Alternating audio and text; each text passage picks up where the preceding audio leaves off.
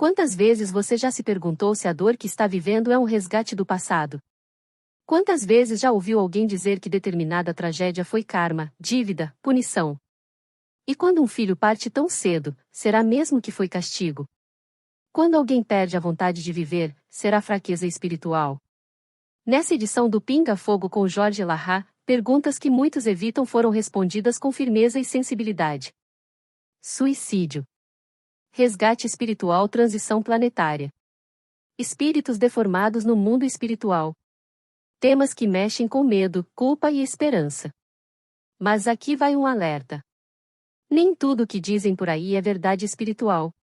Nem toda dor é punição. Nem toda perda é castigo. Nem todo desencarne precoce é dívida. Hoje você vai ouvir respostas que podem mudar completamente a forma como você enxerga sofrimento e justiça divina.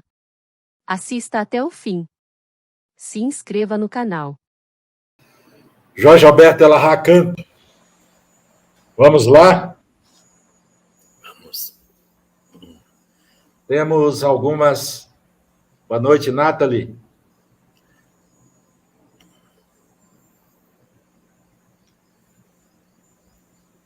Temos algumas perguntas da semana passada. Nós selecionamos apenas algumas. A primeira delas é de Maria de Fátima Cavalcante, ela é do Amazonas. Essa pergunta veio pelo e-mail da Fero. Ela pergunta o seguinte, para o professor Jorge Elahá. Sou trabalhador espírita e uma vez fazendo diálogo fraterno, recebi um irmão que, sem convicções espirituais formadas e sem fé, e ainda com um grande vazio existencial, me fez a seguinte pergunta que repassa ao professor Elahá. Como obter ou desenvolver esse sentimento chamado fé? Nós temos uma mensagem contida na obra Ceareiros de Volta, que diz que a fé é o galardão que Deus reserva a todos aqueles que realizam a obra do bem. Ou seja, praticar o bem desenvolve a fé, porque abre as comportas da alma para sentimentos extremamente superiores, que nos conectam com o divino e nos fazem sentir a presença do espiritual, fortalecendo a fé. Hoje, mais especificamente, com as pesquisas avançando no lado dos neurotransmissores, os cientistas descobriram a ocitocina, o hormônio do amor. Uma substância segregada pelo cérebro quando sentimos prazer em fazer o bem. Essa substância, quando ela é exalada, nós temos uma sensação de felicidade indescritível. E essa sensação de infelicidade combate a depressão, combate a tristeza, combate o vazio existencial e abre no espírito a sensação de ser parte integrante do todo. Amamentar também faz descargas de ocitocina. Na hora do parto existe uma descarga de ocitocina, o hormônio do amor. Assim, portanto, nesse momento em que a gente realiza o bem, nós fazemos isso, ou seja, praticar o bem é a forma de nós nos libertarmos, de nos salvarmos dessa condição de descrença que nós vivemos. Em síntese, fora da caridade não há salvação.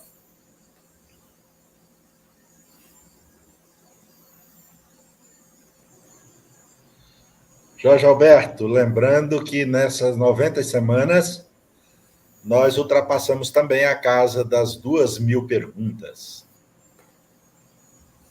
com suas respectivas respostas efetuadas pelo nobre trabalhador da Seara Espírita, Jorge Alberto Elahá Canto. Continuando, a próxima pergunta é de Silvana Hidalgo. Veio pelo e-mail da Fero. E Silvana diz o seguinte: será que a Silvana Hidalgo é da família do nosso Francisco amigo Hidalgo? Farina? O nosso Francisco Hidalgo Farina? Tudo indica que sim. A pergunta dela não está assim, mas eu vou fazer, porque dá para você explicar. Ela diz o seguinte: sei que há muitas partes do Velho Testamento que não se alinham com a boa nova do Cristo e com o Deus de amor trazido por ele. Ponto. Mas e o Novo Testamento? Tudo lá está alinhado com a boa nova do Cristo? Ou há alguma parte que entra em contradição com a mensagem pregada por ele? Na verdade, nós vamos encontrar em alguns trechos dos evangelhos algumas páginas que evidentemente colidem com a essência do pensamento de Jesus. E aqui eu resgataria algumas. Quando aparece a mensagem de que Jesus amaldiçoou uma figueira, porque a figueira fora de tempo não deu figo, e essa figueira seca no final da tarde, não condiz com o pensamento de Jesus. Esse é o pensamento que aparece em Lucas. Em Mateus, isso é dito do mesmo jeito, só como uma parábola, e não como se Jesus tivesse de fato feito isso. Então a gente lê e se assusta. Nossa, Jesus teria amaldiçoado uma figueira que não deu figo fora do tempo? Há o momento também em que Jesus expulsa os vendilhões do templo, que a gente não tem como imaginar Jesus revirando mesas e chutando as gaiolas dos animais e tantas imagens que são até mostradas desse jeito. O mais razoável é que ele tenha até dito isso. Mas os homens que o seguiam, principalmente os zelotes, devem ter se aproveitado da situação e feito a arruaça que foi feita, e os sacerdotes, vendo de longe, atribuíram a Jesus o ocorrido. Imagens como essa não coadunam com a mansidão de Jesus. E, portanto, nós temos que sempre observar que a referência moral de Jesus, ela pode muitas vezes entrar em rota de colisão com algumas passagens, porque elas não foram escritas pelo Cristo. Elas foram escritas por seus discípulos e copiadas e copiadas e copiadas durante séculos e, portanto, podem ter tido algum tipo de mudança ao longo do tempo. E só para terminar, a referência moral da doutrina espírita está na terceira parte de O Livro dos Espíritos. Quando eu encontro algo no Evangelho que eu digo isso está estranho, é porque eu devo ter alguma outra referência que eu comparo para dizer, não pode ter sido assim. Então é porque a nossa referência de moral, ela está dentro da terceira parte do Livro dos Espíritos. E os Evangelhos apresentam, sim, uma condição de muito aprendizado, muito próxima daquilo que o Espiritismo apresenta. Mas é preciso atentar para determinadas passagens que não são a expressão daquilo que se espera da conduta do Cristo planetário.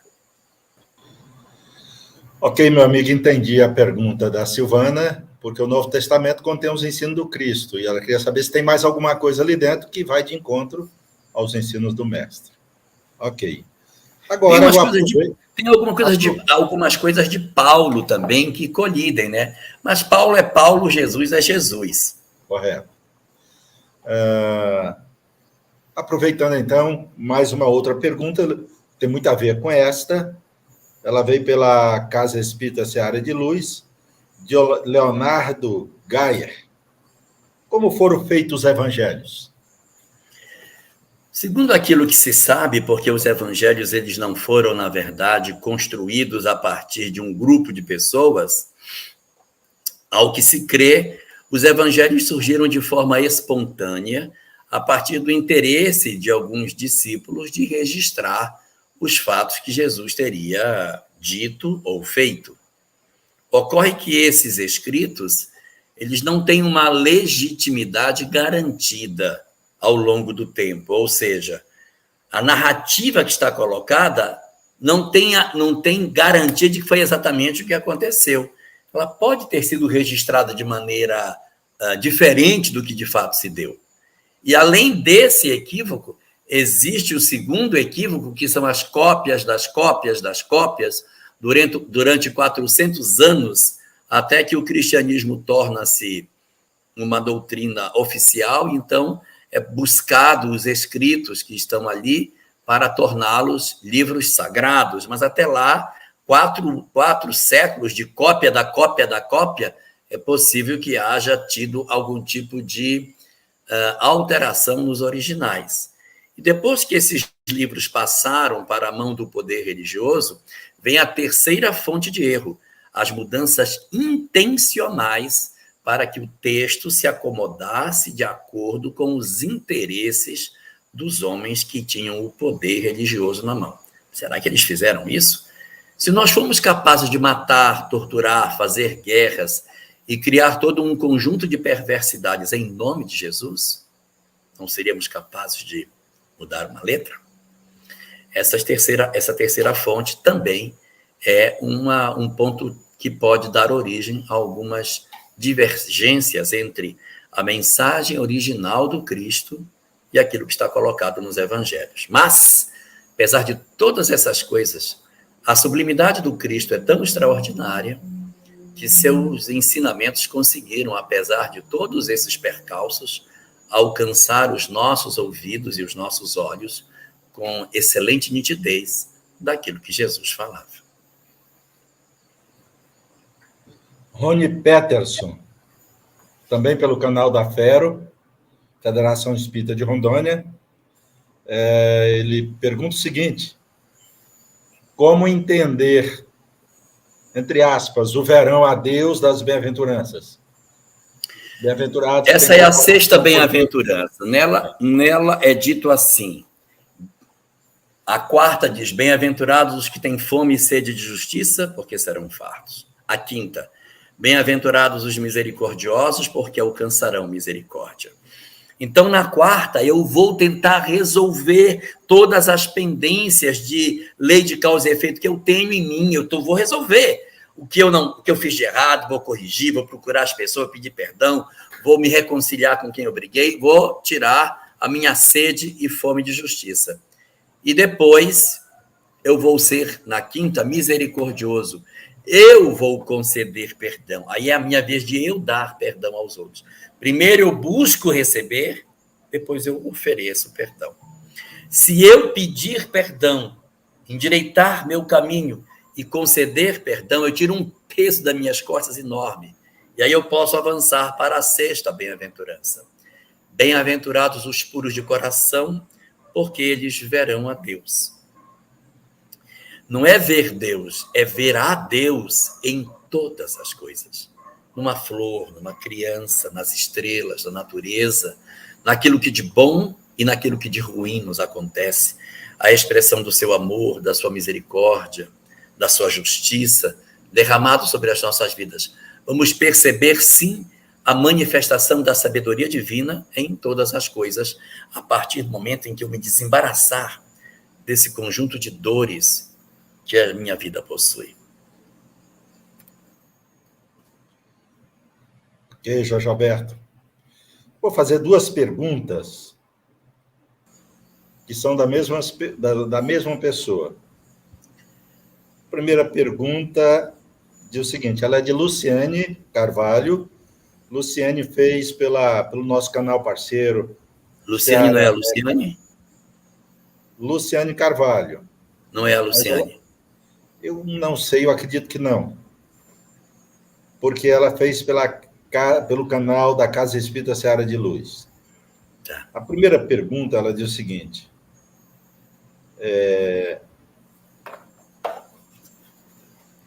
Por que os espíritos não são doutrinados no plano espiritual? Para ela, os espíritos só são doutrinados aqui no plano físico. Segunda, também dela. Por que a real escola é o plano físico? Primeira pergunta. Os espíritos sempre foram instruídos no mundo espiritual desde o princípio dos tempos, desde antes da Terra ser formada. E se é assim, então por que eles vêm para ser doutrinados na Terra? Não é por eles, é por nós, para que nós possamos ser úteis. Quando a mãe chama a filha e diz, minha filha, eu vou lavando a louça e você vai enxugando. A mãe não pode enxugar essa louça? Minha filha, eu vou passando o pano e você vai enxugando atrás com o pano no chão, pano de chão. Ela não pode fazer isso. E por que ela chama menina? Para que ela seja útil, para que ela possa ter possibilidade de contribuir. Os espíritos podem sozinhos, e assim fazem, sem necessidade dos homens. Como é que é feito em Bangladesh, no Sudão, na região onde não existe espiritismo, nos lugares remotos, antes de Allan Kardec iniciar o trabalho, nunca se doutrinou espíritos? Sempre se doutrinou. Eles vêm para nós para que a gente possa aprender como que a gente pode ser útil. Então, eles são doutrinados, sim.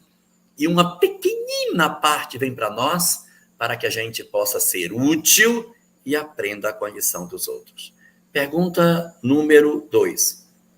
Por que a Terra é o grande lugar de lição? Porque o mundo espiritual é também um local para crescimento dos espíritos. Sim, muita gente pode crescer no mundo espiritual. Dê uma olhadinha na história de André Luiz. Veja quem era André Luiz no começo do livro Nosso Lar e quem é André Luiz no livro Ação e Reação, o volume 10 da série. Cresceu, se desenvolveu, aprendeu, descobriu coisas novas, evoluiu. Mas a grande pergunta é, evoluiu mesmo? Terá verdadeiramente evoluído? Porque o mundo espiritual é fácil ser bom. Eu estou vendo, estou de cara com a imortalidade, não tem como eu negar que a lei de causa e efeito existe, eu estou de cara para a realidade do mundo maior. Eu só consigo provar que eu realmente mudei quando eu encarno, porque a encarnação concede aos espíritos, pelo esquecimento do passado, saber o que foi que de fato ficou em mim. Quando a gente reencarna, o que eu penso que eu sou, adormece. E eu acordo com aquilo que eu verdadeiramente sou. Quer saber se realmente André Luiz mudou? Manda ele vir para cá. Manda ele ter menino.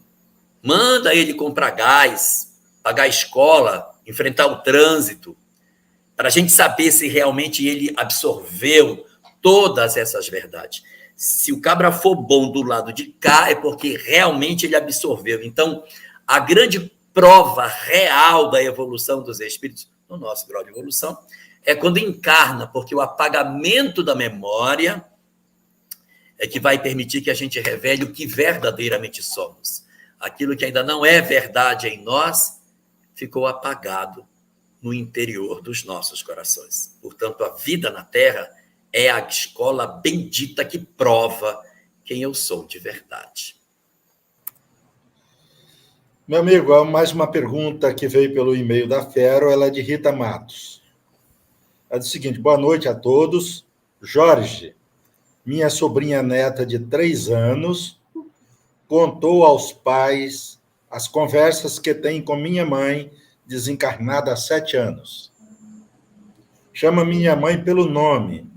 Diz que minha mãe a chama de boneca e que ela precisa se alimentar.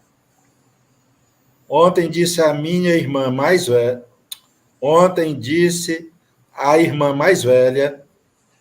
a que tem 3 anos, disse para a irmã mais velha, que quando essa irmã era bebê, a pegou no colo e depois veio para serem irmãs.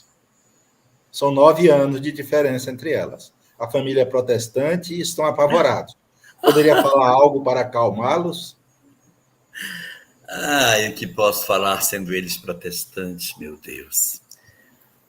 O que posso dizer é que é da lei da natureza a reencarnação. Não há nada de demoníaco, não existe nada de extraordinário nisso.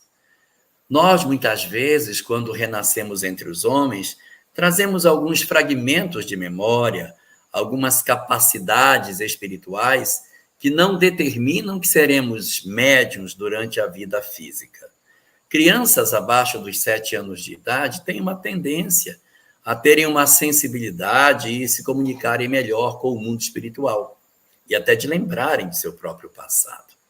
A expectativa é que, com o avançar da idade, essa criança linda de 3 anos vá progressivamente perdendo as lembranças e a capacidade de perceber o mundo espiritual. E vai levar uma vida normal, sem nenhum tipo de trauma. Se isso perseverar durante a infância como um todo, é um indicativo de que ela será médium. Mas isso hoje não indica nada. O que fazer nessas circunstâncias? Ponto número 1, não estimular. Não excitar a mente da criança e tratar isso com muita naturalidade, porque para a criança é natural. E ela, à medida que a existência for se dando, ela vai esquecer tudo aquilo que está acontecendo. Então, é muito importante que a gente faça isso, trate com naturalidade. E ponto número 2, guarde todas essas coisas nos nossos corações, que nós nunca esqueçamos disso. Haverá dias na existência lá na frente em que a nossa fé será confrontada com a dor. E a gente vai precisar de robustez na fé para atravessar as horas difíceis.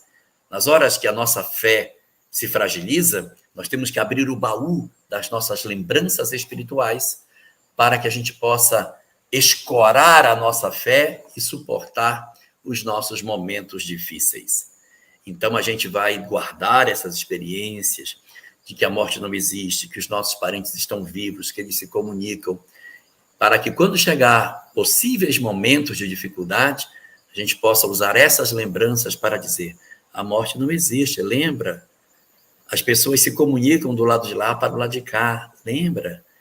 A alma nasce antes do corpo, lembra?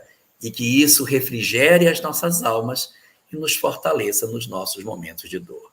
O que Deus está oportunizando são experiências espirituais para o fortalecimento da fé da família, para possíveis experiências futuras que eles possam vir a experimentar.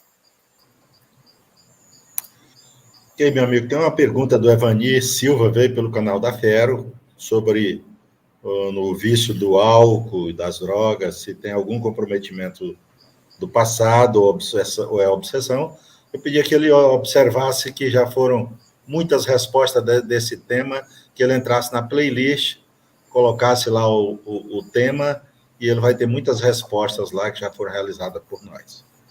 Vamos para a próxima pergunta, que é de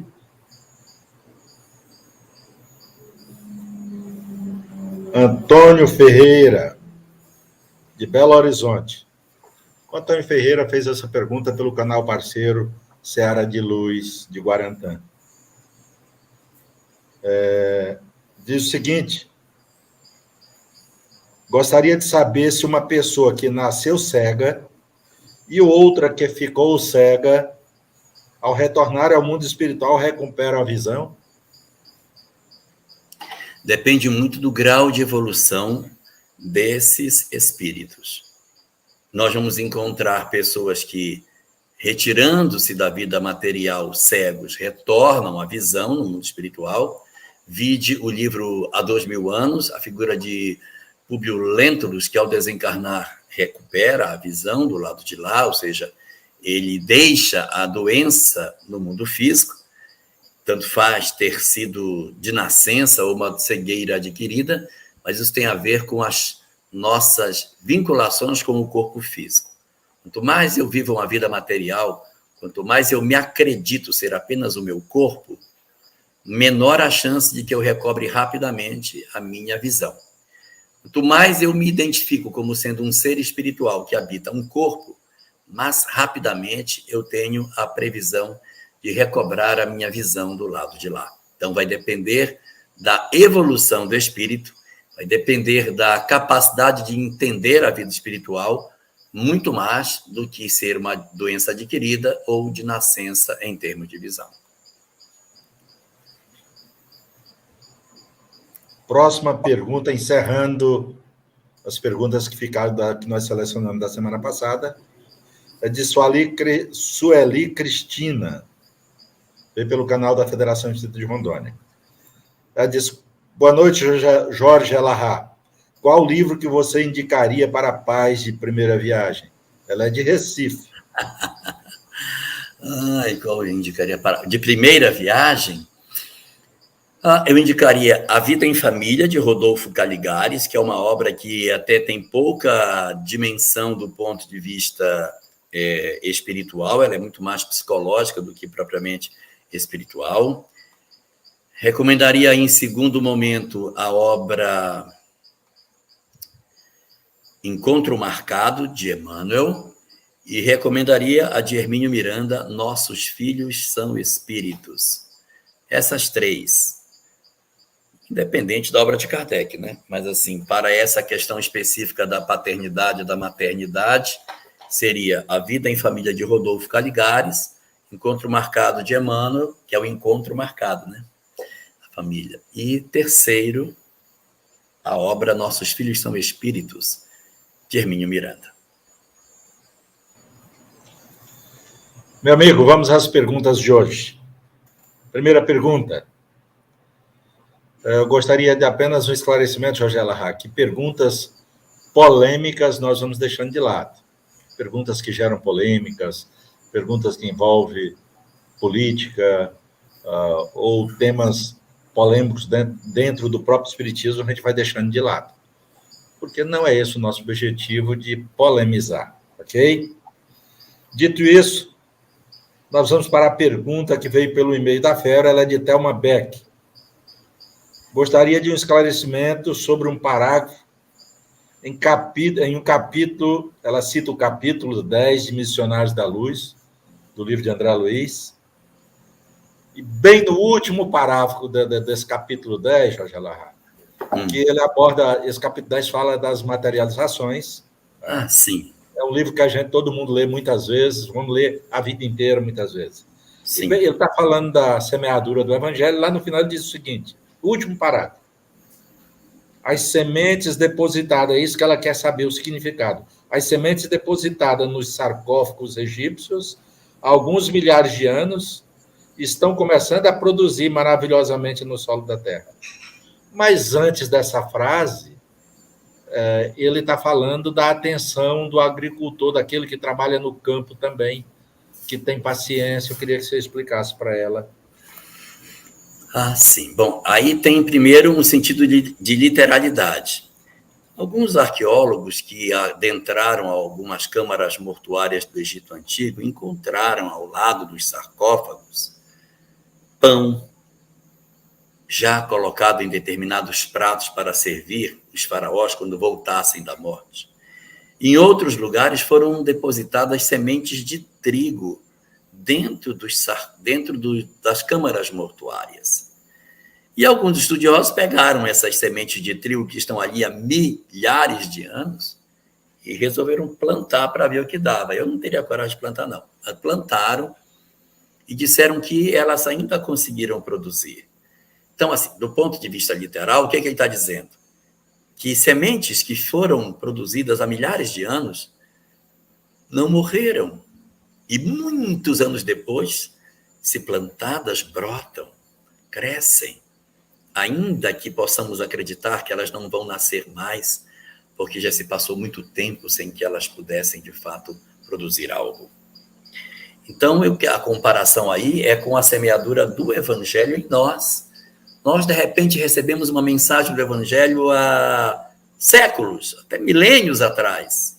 Não vai brotar, esse cara já vem lidando com o Evangelho há tanto tempo, não nasceu, isso aí já era. E a pessoa se transforma, ou seja, aquela semente foi plantada, não morreu.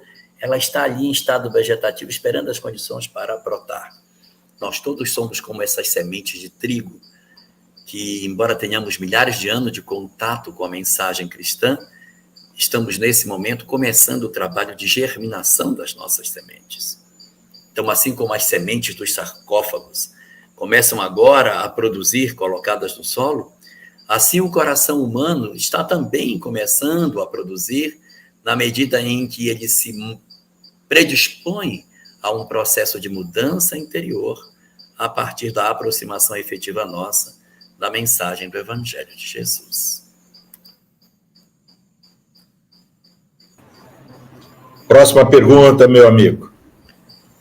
Ela veio pelo canal Seara de Luz também. Como fica um espírito que fumou muito quando era encarnado e agora está no mundo espiritual? Como fica? Isso depende muito, não é? A gente não pode ter uma régua do tipo, fumou, estará mal, não fumou, estará bem. Existe, evidentemente, um comprometimento do físico em função do fumo.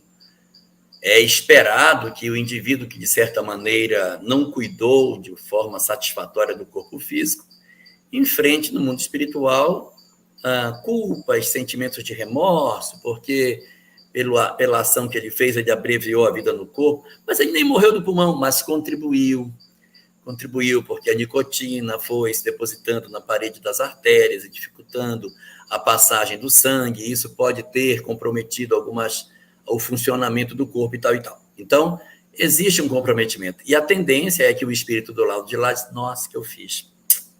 Não deveria ter feito isso. Então, levamos um comprometimento? Sim, levamos. Aqueles que desencarnam de maneira direta pelo fumo sentem mais ainda esse sentimento de culpa, esse sentimento de perda do tempo, da forma como cultivou a vida, e se lamentam profundamente pelo encurtamento da existência.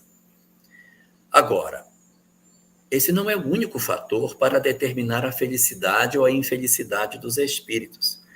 Questão 982 de O Livro dos Espíritos diz que o que determina a felicidade ou a infelicidade dos espíritos é a prática do bem.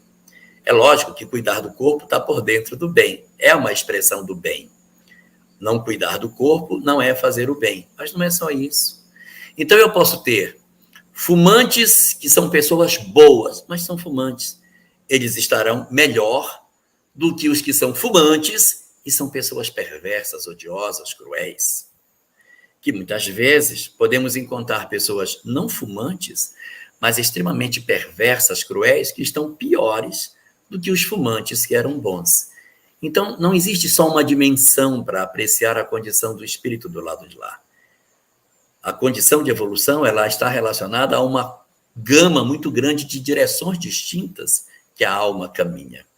O que se pode saber é que todos os vícios, independente de qual seja, materiais ou vícios morais, atrapalham a felicidade do espírito. E a prática do bem ajuda o espírito. Então, é essa combinação, de repente, fumantes de boa conduta estão numa condição melhor do que os fumantes de má conduta. E pessoas não fumantes que possuem uma conduta terrível podem estar até em piores condições do que aqueles que fumavam. Aproveitando, tem uma pergunta meio parecida com essa. Ela é de Carlos Múcio. Ele diz o seguinte: caro amigo, eu ajudo várias pessoas. Não tenho raiva no coração. Meu erro, segundo ele, tomar umas latinhas de cerveja no final de semana. Ficarei muito tempo no umbral quando desencarnar. Eu perdi o finalzinho. A latinha de cerveja aí? O erro dele é tomar umas latinhas de cerveja, segundo ele, no final de semana. Aí ele pergunta, ficarei muito tempo no umbral quando desencarnar? Olha, como é o nome dele? Carlos Múcio. Carlos, é assim. A gente não sabe a nossa história passada. O Espiritismo nos recomenda a não fazer uso do álcool. Por quê? Porque nós não sabemos a história que temos. De repente, assim, faz mal não, rapaz, não faz mal. Mas a gente pode encontrar pessoas que têm um histórico mal resolvido com a bebida. Envereda pelo caminho do alcoolismo e pode se desequilibrar. Eu conheço vários amigos que durante uma boa parte da vida beberam socialmente. Não tinha um problema. Aí eles sofrem um trauma, uma separação, falência financeira, alguma fratura naquela normalidade da história. E eles se compensam no álcool. E aí você vai reencontrar essa mesma pessoa que usava do álcool de maneira aceitável, dependente da substância. A pessoa passa a viver mergulhada no álcool para tentar fugir da sua realidade. Então, a gente, às vezes, não sabe a dificuldade que tem. Por isso, a nossa atenção em ter uma prudência com relação ao álcool. Mas aí existem as condições que precisam ser observadas. Nós também sabemos das pessoas que, tomando vinho, aumentam a sua longevidade, existem muitos estudos nesse tipo. Pessoas que não fazem o uso do álcool no sentido de se encharcarem dele, não é? E acabam até tendo alguns benefícios segundo a saúde. A nossa circunstância deve ser aquela de atentar para essa questão. Então, se eu pudesse dizer a você, eu diria o seguinte: como a gente não sabe quem somos nós, a gente deve manter uma atenção redobrada para evitar resvalar nisso, tentando uma distância desse tipo de substância. Mas não é o consumo da latinha que vai levar você para uma condição infeliz no mundo espiritual. Eu lhe diria que você atentasse para duas coisas. O dia que você, através do álcool, tiver uma reclamação que seja do seu trabalho, uma reclamação que seja da sua família ou da sociedade, que o álcool atrapalhou o seu trabalho, teve um problema com a família ou um problema na sociedade, basta um. Não espere um segundo para refrear isso. Porque aí sim nós estamos já nos atrapalhando com o uso dessa substância. Se ela gera problema no casamento, problema na família, problema no trabalho, problema no trânsito, problema na sociedade, afaste-se. Ele é motivo de desequilíbrio. Daí é o bom senso que vai fazer a gente direcionar as nossas vidas. Mais uma pergunta que vem através do canal parceiro Seara de Luz. Ela é de Val Araújo. A Val pergunta a você o seguinte, meu amigo. Quando jovem, diz ela, fiz 2 abortos. E quando casei, tive uma filha e por 2 vezes engravidei e perdi. Aborto espontâneo. Isso foi um acerto de uma dívida do que fiz no passado? Assim você crê, não é? Assim você acredita, mas nada determina que seja assim. O objetivo da lei é educar as criaturas. É possível, sim, que de repente alguém que teve uma prática da forma como você teve na adolescência experimente a perda natural de uma gestação no futuro. Mas nada determina que as coisas se deem assim de forma tão matemática. Porque o objetivo da lei, pegue lá o livro do livro Céu e Inferno, primeira parte, capítulo 7º, Código de Lei da Vida Futura, artigo 16. Quais são as 3 etapas da recuperação do espírito? Arrependimento, expiação e reparação. Não pense que porque expiou, reparou. Eu tive uma experiência, aí eu expiei e estou reparado. Não sei se está reparado. A reparação é quando o espírito não volta a ter a mesma intenção de ontem. Então, eu posso ter uma pessoa que ela cometeu um determinado equívoco e depois a lei de causa e efeito vem e cobra essa pessoa.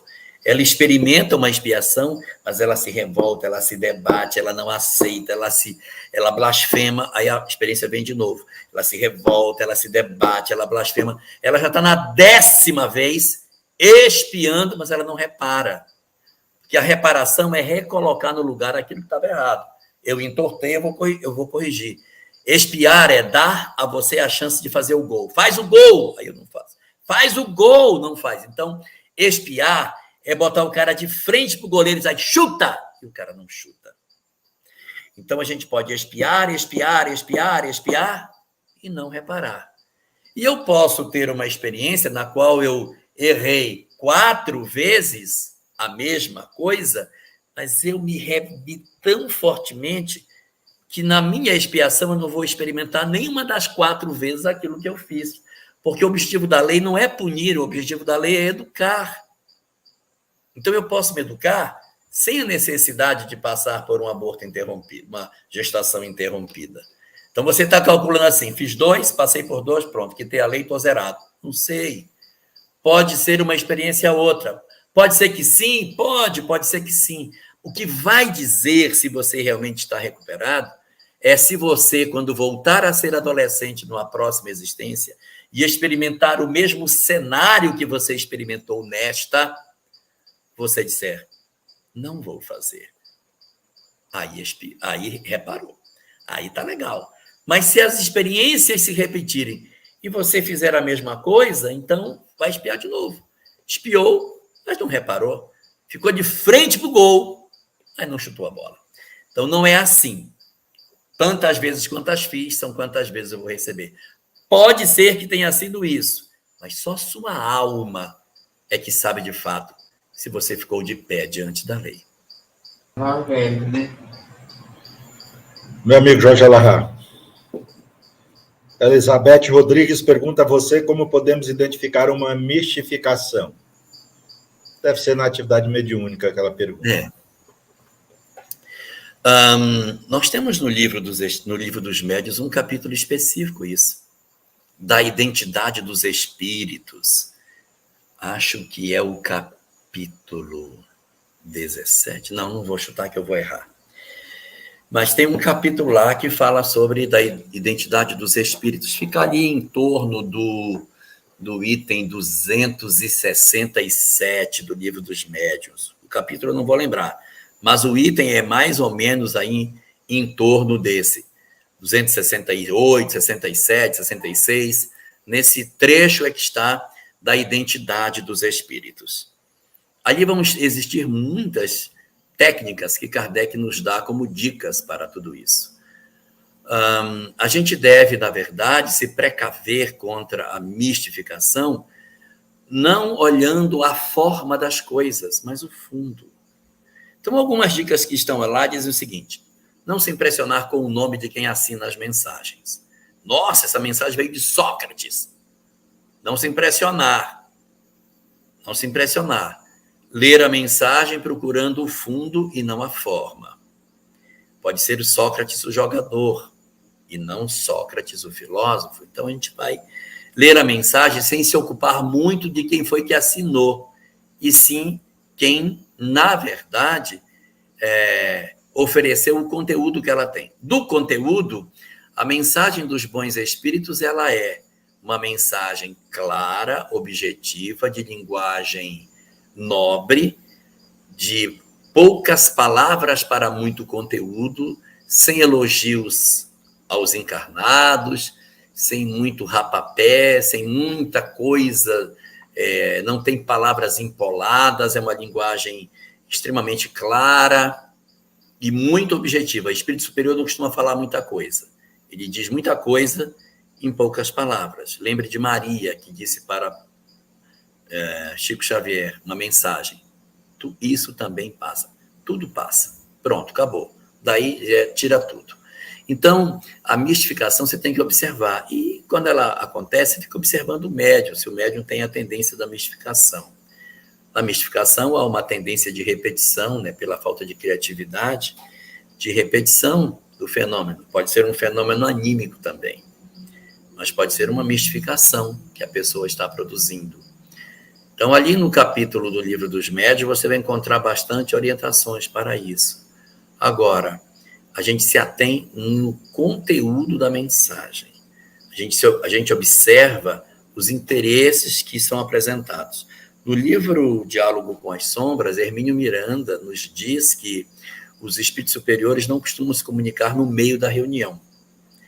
Eles deixam o meio da reunião para as entidades sofredoras.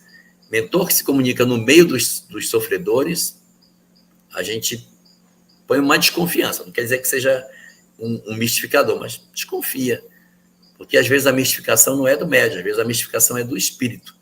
O fenômeno é legítimo, o espírito é que é mistificador. E de outras vezes é o médium que está mistificando, fingindo. Então você tem dois tipos de mistificação: a do médium e tem a mistificação do espírito. A gente precisa aí atentar de maneira bastante lúcida para o conteúdo das mensagens, observar o que ela está passando para poder acreditar ou não. Mensagens muito bombásticas, muito reveladoras, com coisas muito escatológicas, também são sinais de mistificação. Mensagens que asseveram datas, que marcam momentos específicos para que as coisas aconteçam, também são. Mensagens que têm esse conteúdo assim muito apocalíptico, com coisas muito reveladoras, desconfie. Mensagens que se imiscuem na vida pessoal das pessoas. Eu vim aqui dar um recado para fulano. Fulano, separe de sua mulher e tal. Desconfie. Espírito superior não se envolve nas questões do nosso livre-arbítrio. Nós é que decidimos as nossas vidas. Seus conselhos são sempre de caráter geral e não costumam ser de caráter específico. Mais uma pergunta que veio através do parceiro Seara de Luz. Ela é de Elisângela dos Santos Amaral. Preciso saber sobre resgate espiritual. Disseram-me que a morte do meu filho é um resgate espiritual. Não entendo. Preciso de esclarecimento. Meu filho faleceu em um acidente de carro aos 18 anos, no dia 17 de outubro de 2020. Estavam 4 pessoas no carro. Ele faleceu na hora, bateu a cabeça. Os outros componentes saíram ilesos. Agradeço receber resposta da minha pergunta, pois não tenho muito conhecimento. Gratidão. As pessoas, às vezes, em virtude de algum conhecimento espiritual que elas têm, elas se arvoram a dar respostas sobre a vida dos outros, sem um real conhecimento do que se passa no mundo espiritual. E aí nós podemos encontrar alguns companheiros que, de posse de informações espíritas que possuem, passam conteúdos imprecisos para outras pessoas. E como a gente muitas vezes está ferido, machucado, passando por uma série de dores, nós acabamos agasalhando essas palavras em nós e tentando encontrar o sentido que elas têm. Mas o primeiro movimento que a gente tem para fazer é se realmente é legítimo aquilo que se diz, ainda que a gente diga que vem de uma fonte espiritual. O que a gente tem que perceber dentro disso? Nenhum de nós, nenhuma criatura humana tem condição de estabelecer qualquer juízo sobre um caso em particular para dizer quais foram as reais razões pelas quais elas aconteceram. Resgate espiritual é um termo que se utiliza quando um espírito passa por uma determinada circunstância em que ele tem débito com a lei, e como ele tem débito com a lei, ele passa por isso para que ele consiga se reabilitar diante dela. Seria como se fosse assim, como se quem estivesse dizendo isso estivesse querendo dizer que seu filho tinha um débito com a lei, devia por algum motivo do passado, uma encarnação e tal, e a desencarnação dele aos 18 anos é um instrumento em função de um resgate espiritual. Ninguém pode asseverar isso. O resgate espiritual pode ser também seu. Então, você está resgatando de um passado que fez. Pode ser? Pode. Ninguém pode asseverar isso. Porque as experiências humanas, elas se dão por inúmeros fatores. Não é somente por resgate. Nós temos várias razões pelas quais determinadas coisas acontecem nas nossas vidas. O Livro dos Espíritos nos assevera que a questão da vida e da morte, ela está relacionada a 3 pontos fundamentais: provas, expiações ou missões. O que se está querendo dizer quando se fala isso e não se tem a comprovação do que se está dizendo, quando se fala uma coisa dessa, principalmente para uma mãe, é que seu filho era um devedor da lei e por isso desencarnou cedo. Pode ser que seja? Pode. Mas ninguém pode garantir isso. Existem outras perspectivas que também precisam estar consideradas. Talvez não seja o caso de seu filho, mas existem pessoas que desencarnam aos 18 anos por uma questão de prova e não de expiação. O que é uma expiação? Tinha um erro do passado, um espírito que errou no passado e agora renasce para desencarnar aos 18, exatamente pelo equívoco que cometeu. Isso é expiação. Mas tem a prova. A prova é a circunstância na qual o espírito experimenta uma desencarnação, não porque deve, mas porque é um espírito que não tem tanta evolução espiritual e a circunstância se dá. Por exemplo, ele mora numa comunidade que vive no meio da mata. E não é um espírito antigo, vive no meio da mata. e de repente a mata pega fogo e ele tenta voltar para a aldeia e o fogo cerca essa pessoa e ela desencarna. Ela desencarnou porque ela tinha um resgate. Não tem resgate. É um processo de prova, é uma alma iniciante, as circunstâncias se deram e em função da situação que ele estava, ele desencarnou. Era uma possibilidade, ele desencarnou. Não tem expiação. É uma prova. E existem aqueles outros que desencarnam aos 18 anos porque são espíritos muito evoluídos e que, de repente, não é resgate. Eles já teriam realizado aquilo que vinham fazer, o papel que teriam para desempenhar, e acabam retornando para casa mais cedo. Desencarnar, pela ótica dos espíritos, não tem a visão amarga que nós do lado de cá temos. Quando os nossos filhos desencarnam, nós passamos por um período de sofrimento muito grande. E nós temos a sensação de que a alegria da vida se foi. Nós achamos que nunca mais vamos sorrir. Nós passamos por processos depressivos. Nós desistimos de muitos dos nossos sonhos. Às vezes a gente até destrói os nossos casamentos. Nossas famílias se esfacelam.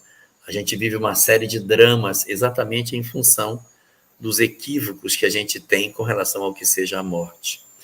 Então, na hora que a gente passa por essa dificuldade do dizer dessa questão espiritual, desses dramas que a vida tem, a gente não pode esquecer que existem muitos espíritos que vêm para passar pouco tempo mesmo. E por que eles viriam? Porque para os espíritos superiores a morte não é algo assim tão doloroso. Não é. Desencarnam jovens porque teriam executado a tarefa que vinham para fazer. Terminaram aquilo que tinham. E o que vieram fazer? Juntar os familiares, garantir que os pais se casassem, harmonizar a família para a chegada dos irmãos, e quando as condições se fizeram, não preciso mais estar aqui. Eu vim para cumprir uma tarefa que está feita. Agora eu volto. Eu sei que é muito difícil perder um filho. Eu sei que é uma dor incomparável procurar por ele dentro de casa e não encontrá-lo mais. Ainda mais nessas circunstâncias, em ter sido só ele o que foi afetado no acidente, o que mostra que havia um interesse particular em que ele fosse retirado. Às vezes, nossos filhos tão bons, tão maravilhosos, Deus leva de nós e nos deixa numa condição de tanta angústia. E é importante relembrar que a morte não existe e que os nossos filhos vivem. Eles cumpriram o papel, estavam aqui, uniram as pessoas, deram o suporte e voltaram para Deus, para velar por nós do lado de lá. Então, nem sempre será um fenômeno de resgate do passado. Às vezes é porque chegou o momento de nós não termos mais especificamente um filho ao nosso lado e passarmos a ter, de forma mais efetiva, um anjo para cuidar da nossa família. Ele sai da condição de filho e ingressa na condição de espírito protetor, para cuidar do lar, para estar próximo da família, para ajudar de maneira diferente e nos aguardar de maneira serena para o reencontro nosso no mundo espiritual. A nossa condição, portanto, deve ser aquela de não acreditar em tudo aquilo que as pessoas dizem. O Espiritismo é uma doutrina fundamentalmente consoladora. Se alguma notícia nos chega e ela não nos consola, ela não pode ser chamada de Espiritismo. Portanto, nós temos que abrir todos os flancos. Pode ser uma questão do passado, pode ser um débito do ontem, pode ser, mas não necessariamente é, e ninguém tem autoridade para dizer isso.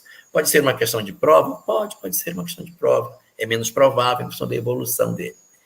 Pode ser uma questão de missão? Pode. O Espírito chegou já com essa previsão de que ele vinha passar um tempo, voltaria. E quando chegou o prazo aproximado da sua desencarnação, aproveitou-se o acidente, ele retorna ao mundo espiritual por haver executado a sua missão. Se ele não contribuiu para que isso acontecesse, manifestou-se aí a vontade de Deus para o retorno dele ao mundo espiritual. Doutor Alberto, nosso tempo já está caminhando para o final. Vamos ver o que a gente consegue responder ainda. Próxima pergunta é mais uma pergunta de Elizabeth Rodrigues, já respondemos uma. Por que nas reuniões mediúnicas se manifestam espíritos com forma de animais? O que acontece?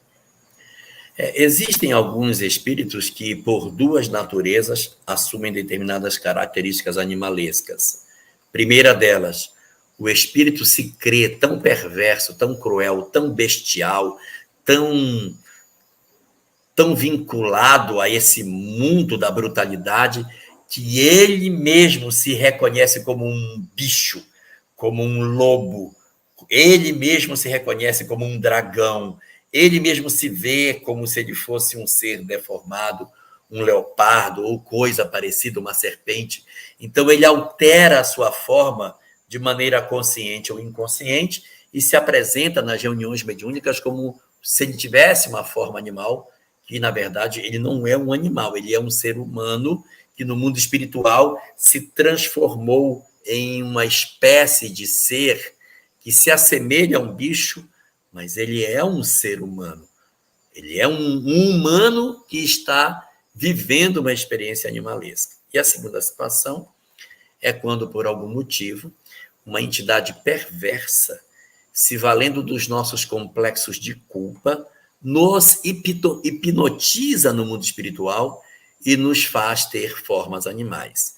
Então, eu, de repente, tenho uma pessoa que ela cometeu um ato, eu digo assim, você é um monstro, você é como se fosse uma cobra, você é mentirosa, você é uma serpente.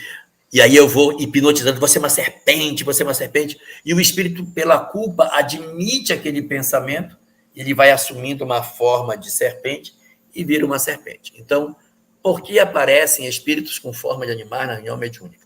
Porque eles próprios assim se creem e assim se transformaram, consciente ou inconscientemente, ou outros os hipnotizaram e os conduziram para essa condição de apresentar-se em forma animalesca. Mas o mais interessante é que todas essas formas são temporárias. O trabalho que o mundo espiritual realiza, acolhendo essas entidades e trabalhando com eles, vai permitir com que eles vagarosamente retornem à condição animal e retomem as suas histórias de vida como humanos que são. E muitas vezes a reencarnação é exigida para a recomposição do perispírito, dando origem para alguns ensaios teratológicos que a gente vê na nossa biologia de determinadas crianças que renascem profundamente deformadas e que não conseguem completar a gestação pelo nível de deformidade que elas apresentam, fruto das animalidades perispiríticas que se depositaram sobre o corpo físico que se formava. Próxima pergunta, meu amigo, é de Pedro Cardial Zegarelli. Uma pergunta longa que você tem que prestar bem atenção, porque são várias passagens. Ele faz todo um histórico para, no final, fazer um questionamento, talvez defendendo um ponto de vista. Então, ele diz o seguinte, tenho uma questão que paira na minha cabeça. O que é mais importante, a vida biológica que temos ou a falta de sentido e objetividade? Adianta para o indivíduo sobreviver a uma existência sem entendê-la? Respirar, comer, andar sem rumo por aí é viver? Essa pessoa será mais penalizada se encerrar a sua angústia? E por quê e para que responsabilizá-la? Se não tem noção do tamanho da responsabilidade que carrega. Uma pessoa que tira a própria vida estava doente. Isso não é levado em conta? Gostaria de uma posição de vocês. Todos os seres da natureza, não é só o ser humano, ele é dotado de um instinto chamado instinto de conservação. Pode observar que todo animal foge do perigo, todo animal foge do perigo. O ser humano também é dotado de instinto de conservação e, portanto, ele também, por uma questão natural, ele foge do perigo. Se alguma pessoa, diferentemente disso, avança na direção do perigo, ela está doente. Não existe condição de normalidade emocional para aquele que atenta contra a sua própria vida. Se alguém possui um movimento contrário à permanência da sua existência corporal, é porque esse indivíduo precisa de socorro, ele precisa de ajuda. As nossas doenças não são só no físico, as nossas doenças também são na alma. Um indivíduo que desenvolve tendências suicidas, ideias suicidas, desinteresse pela vida, ele está precisando de ajuda. Então, nós não podemos dizer assim, olha, se não está sentindo, então melhor é terminar. Não, melhor é ajudar. Se ele está assim, ele está doente, só que o corpo está saudável. É como se eu visse uma pessoa toda chagada e dissesse, não, mas ela está chagada, vai curar, uma hora cura. Então, mata logo, ele está cheio de ferida, mata logo. Não. Tem que tratar. Então, se eu digo, gente, eu estou numa tristeza, estou querendo terminar com tudo, eu não estou bem, eu não estou entendendo. Então, é a hora de quê? Da sociedade se mobilizar para trabalhar no sentido de socorrer essas pessoas. Nós possuímos um grupo que trabalha no Brasil inteiro, o Centro de Valorização da Vida, que atende gratuitamente pelo número 188. Se você sente angústia e quer por algum motivo terminar com a sua vida, ligue para 188, converse com os companheiros que estão o tempo todo de plantão, 20 horas por dia no Brasil inteiro, e que estão prontos para ouvir as pessoas. Porque todos nós temos o direito de adoecer, tanto física como emocionalmente. Se alguém adoece fisicamente, a gente mais claramente consegue ajudar e socorrer essa pessoa. Agora, se por algum motivo a gente está doente na alma, a gente às vezes não consegue fazer esse processo de percepção de que o outro precisa de ajuda. Então é a hora de nós aguçarmos as nossas antenas e dizermos, se ele está conspirando contra a vida, ele esqueceu da lei natural que nos manda preservar a existência. É por ele estar doente que ele não percebe o perigo, que ele não percebe o que faz. Na medida em que nós o tratarmos, nós o cuidarmos, nós apontarmos valorização para a vida dele, ele automaticamente redefine esses objetivos. Isso é um claro sinal de que eu estou enfermo. E aí você pergunta, vale a pena? Vale continuar? Porque a gente precisa cuidar dele. Ele é muito importante. Ele é muito importante para as pessoas em seu derredor, para sua mãe, para seu pai, para sua esposa, seus filhos, para as pessoas que estão com ele. Ninguém se interessa por mim, é o que nós pensamos. Mas eu posso lhe dizer, eu já conheci muitas mães que perderam seus filhos que se achavam mal amados. E eu já recolhi nos meus braços mães que soluçavam porque seus filhos não conseguiram acreditar que eram amados. Partiram pela via do suicídio e esmagaram os corações de suas mães. Eles não conseguiam se sentir amados apesar de serem. Não conseguiam, pela doença, saber que eram amados e, por isso, projetaram-se em determinadas soluções que, ao invés de serem, de fato, solução, acabaram agravando suas próprias situações espirituais. Então, exatamente porque eu sei do que eu estou dizendo pelas mães, pelos pais, pelas esposas, pelos filhos, que ficam sequelados pela partida de um ente querido que não se sentiu amado, eu digo que vale a pena ficar. Sim, vale a pena ficar. Mas para aqueles que possam dizer assim, mas eu não tenho mãe, eu não tenho pai, não tenho mulher, não tenho filho, eu sou absolutamente só no mundo e não sei para que eu vivo. Você é importante para você mesmo. Esta encarnação é muito importante. Por isso a necessidade imperiosa de nós sabermos que somos espíritos, para que eu saiba o que eu sou, porque quando eu descobrir o que eu sou, eu automaticamente passarei a ter uma visão muito diferente e passarei a me apaixonar pelo que eu sou. Eu sou uma alma imortal a caminho da felicidade e que preciso sim aproveitar as oportunidades. E eu vou trabalhar na cura da alma para que esse indivíduo se apaixone pela vida. Então, vale a pena ficar, sim, para que a gente possa cuidar dele, tirar a venda dos seus olhos e revelar a esse companheiro que vale muito a pena ficar e provar para as pessoas que nós podemos sim dar a volta por cima e dizer ao mundo que valeu a pena tudo aquilo que a gente fez para encontrar a felicidade do lado de cá. Vamos em frente, meu amigo. Mais uma pergunta do Seara de Luz. Só um minuto.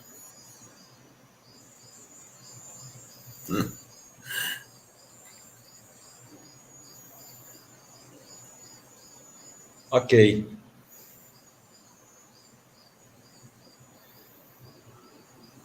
A pergunta veio pelo Seara de Luz. Sobre Judas. A pessoa colocou o nome aqui de Joá Cultural. No processo reencarnatório não estava previsto que Judas iria fazer ou trair para que se cumprisse a palavra. Na última ceia, Jesus disse a ele: vai e faça o que é preciso.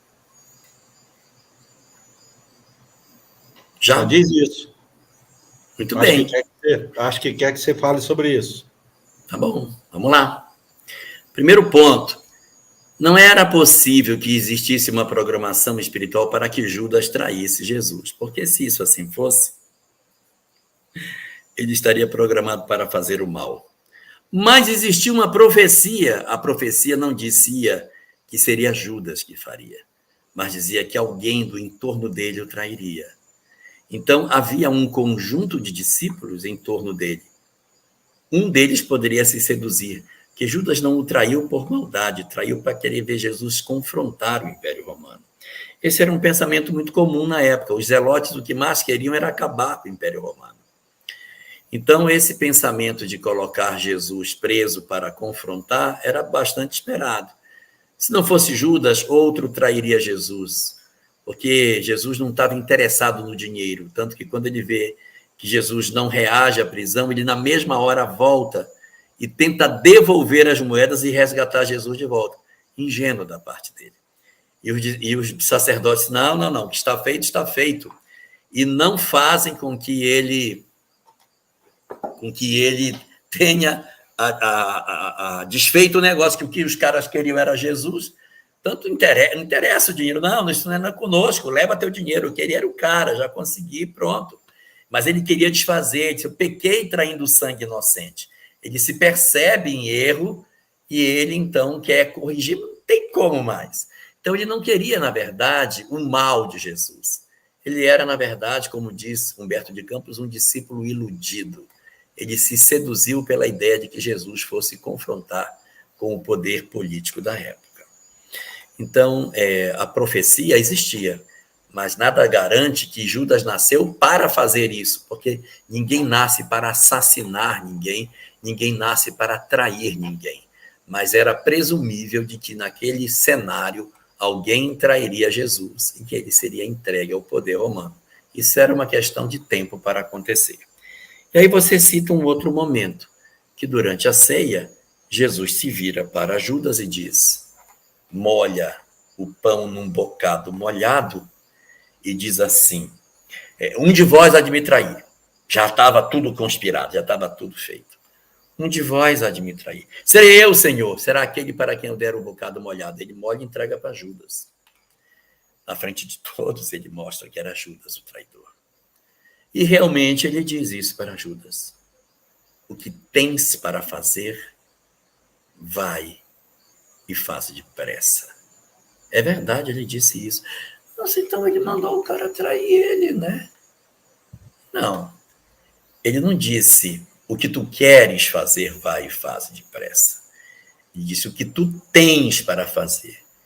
E o que ele tinha para fazer. O que tu deves fazer, o que tu tens para fazer, vai e faze logo. Porque tu estás em via de cometer uma grande bobagem. E, de repente, tu não vais suportar o peso da culpa. É como se dissesse assim para alguém: você está por um fio de fazer uma bobagem. Então, aproveita o tempo que você ainda tem e faz tudo o que você puder. Aproveita o que você tem para fazer de bem. Faça todo o bem que você puder. Não deixe a oportunidade passar.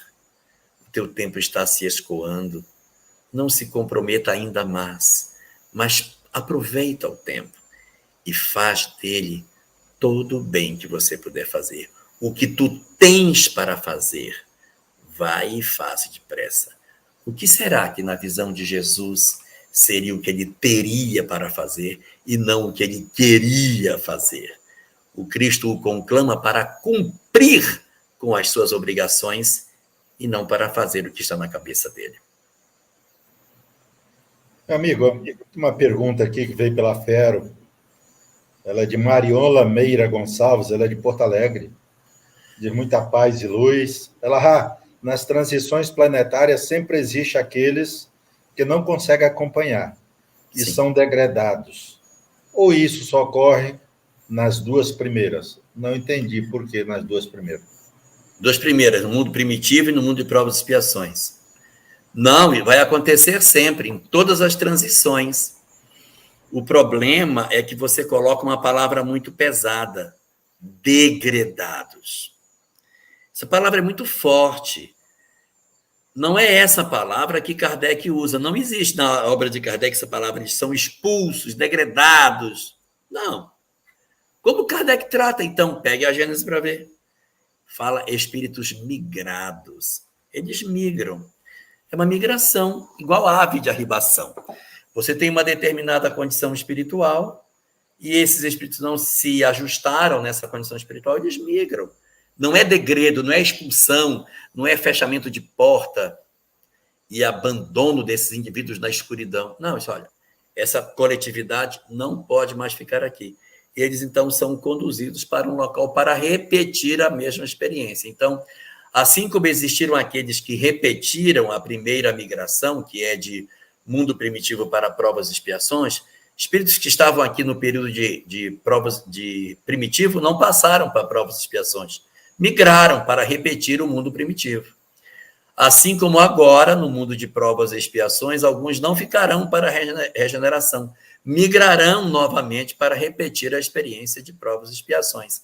E em todos os demais estágios da evolução, quando houver o fenômeno da migração planetária, eles que não tiverem a condição mínima de permanência, migram. Isso não é punição, é um processo natural da lei de acomodação dos espíritos de acordo com o mundo aonde eles têm melhores condições de habitar. Última pergunta de hoje, porque nosso tempo já está se encerrando. E tendo em vista aquela mãe, agora há pouco, que perdeu aquele filho. Sim.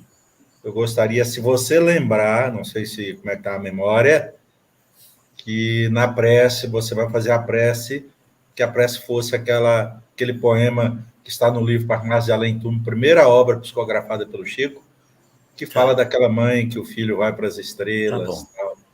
Pode ser? Faço. Então, a última pergunta é de Aldaci Silva, veio pela Federação Espírita de Rondônia. Jorge, você poderia falar sobre a aparência do nosso Mestre Jesus? Tem uma pintura de Acriane Kramaric, em que ela pintou a imagem do Mestre, faz parte até de um filme. Como tem a pintura também da mediúnica da carta de Públio Lentulus, né? Tem. Tem algumas outras, porque assim, aconteceu ao longo do processo de expansão do cristianismo uma ocidentalização do rosto de Jesus. Na medida em que ele foi saindo da Palestina e foi ingressando nas regiões da Europa, houve a tendência de se adequar os traços fisionômicos do Cristo a traços europeus. Mas ele era, evidentemente, semita, ele era judeu, então ele certamente tinha traços mais voltados para o povo do Oriente Médio. Evidentemente que a evolução espiritual dele concedia a ele o dom de dar um embelezamento nas condições físicas que ele possuía. Pinturas da Idade Média, que falam sobre Jesus no Oriente, ali na China e tal, mostram um Jesus de olhinho puxado.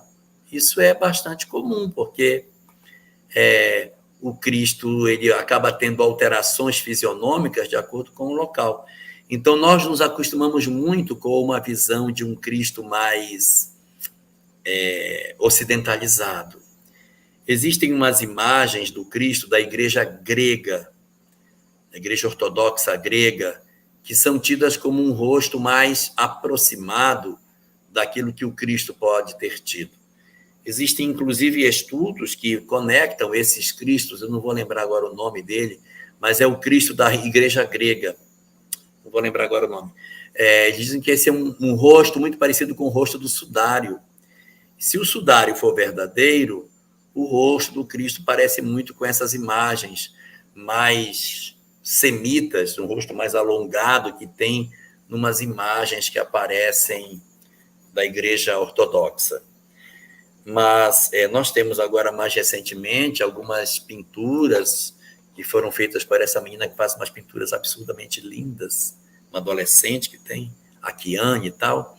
Realmente ela faz imagens lindas, e ela diz que aquele cara visitou ela, disse que era Jesus, e é bonito, o cara é bonito, lindo, e é apresentado como sendo a imagem de Jesus.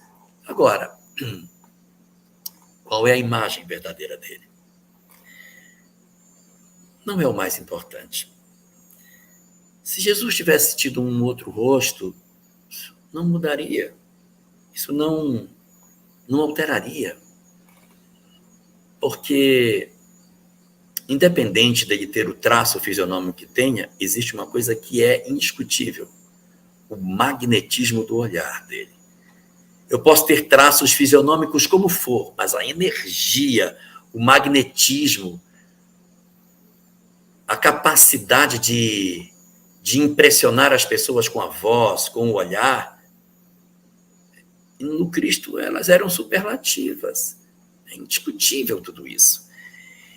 Então, o que se sabe da verdade é que ele muito provavelmente tinha um rosto mais próximo daquela região. Outro dia havia uns estudos tentando pegar um crânio da época de Jesus e tentando reconstruir o crânio e dizer que a cara dele era essa. E é bem esquisito o rosto que se formou. Não se pode fazer isso. Se pegar um crânio de uma pessoa em Porto Velho e querer dizer que todo mundo em Porto Velho tinha essa cara, não vai dar certo. Aqui tem gente em todo lugar. Olha o Didio como é diferente de mim. Olha para a Nath como ela é diferente de mim. Olha o Pedro como é diferente de mim. Nós somos todos diferentes. Não dá para você dizer que a pessoa, porque achou um crânio de uma pessoa, o Cristo era igual. Nada a ver. Então, a gente tem realmente uma condição de um leque muito grande de possibilidades. O que se tende é para uma visão muito mais semita, uma visão muito mais judaica do rosto dele. Mas, em que pese todas essas questões, o Cristo tinha o poder de embelezamento da sua forma física. E nós temos que transcender todas essas questões e imaginar o Cristo como o governador planetário, que não precisa ter um rosto, não precisa ter uma idade, tinha 33, tinha 35, tinha 37. Transcender isso e olhá-lo como o anjo da terra, o espírito protetor do nosso planeta, e nos desembaraçarmos de todas essas coisas. É razoável sua preocupação com isso, mas é importante que a gente não se apaixone demais por essas questões, porque o mais importante é o corpo doutrinário de Jesus. O conjunto dos seus ensinamentos é muito mais relevante do que a forma física que ele apresentou durante a existência. No final, tudo se resume a uma verdade profunda. A vida é sagrada. A dor não é sentença eterna. E a morte não é o fim. Filhos que partem não desaparecem. Eles mudam de plano. Eles assumem outra forma de proteção. Espíritos que erram não são condenados. São educados pela lei do amor. E quem sofre a ponto de querer desistir, precisa de abraço, não de condenação. O Espiritismo não veio para acusar. Veio para consolar e esclarecer. Se alguma explicação não consola, cuidado. Pode não refletir a essência da doutrina. A grande pergunta não é por que isso aconteceu. A grande pergunta é: o que eu faço com isso agora? Você vai permitir que a dor destrua sua fé ou vai permitir que ela amadureça sua alma? Compartilhe essa mensagem com alguém que esteja atravessando um momento difícil. Deixe nos comentários o que ficou no seu coração. E siga com a gente nessa jornada de esclarecimento e despertar espiritual.